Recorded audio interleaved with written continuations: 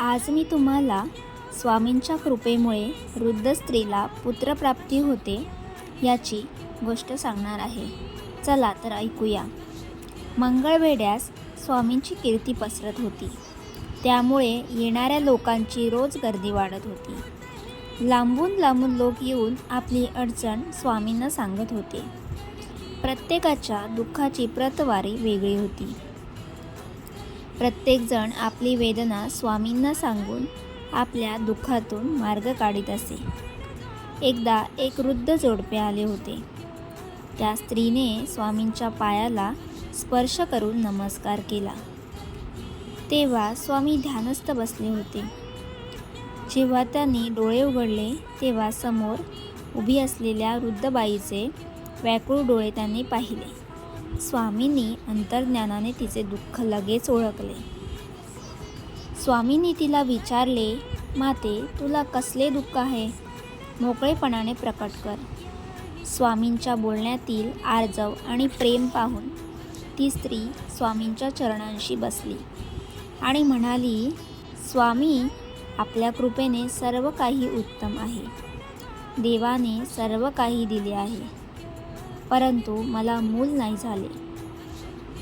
त्यासाठी गेली अनेक वर्ष आम्ही जीव धडपडतो आहे. आयुष्य उतारवयाला लागले आहे.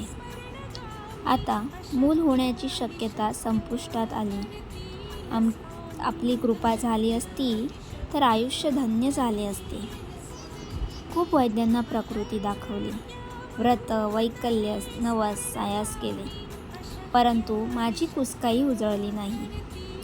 इतके बोलून ती स्त्री हुंदके देऊन रडू लागली.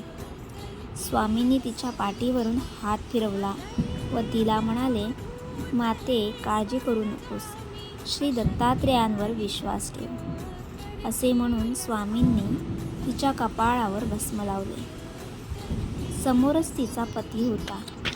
त्याला बोलावून सांगितले, हे समोरच शिरसाचे झाड आहे ना, त्याला पांढऱ्या रंगाचा डिंक लागला आहे. तो काढून घे आणि घरी जाऊन मधात घालून 3 दिवस हिला खायला दे. सर्व काही तुमच्या मनासारखे होईल. त्या दोघांनी स्वामींच्या चरणावर डोके ठेवून नमस्कार केला व तो डिंक घेऊन घरी गेले. 3 दिवस स्वामींच्या आज्ञेप्रमाणे तिने तो डिंक खाल्ला. वर्षभराने त्या वृद्ध स्त्रीला मुलगा झाला. त्या मुलाला घेऊन त्यांनी महाराजांच्या चरणावर घालून त्यांचा आशीर्वाद घेतला व पतीसह ती आनंदाने राहू लागली. सर्वांना आश्चर्य वाटले.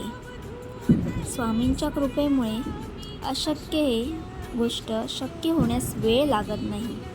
श्री स्वामी समर्थ.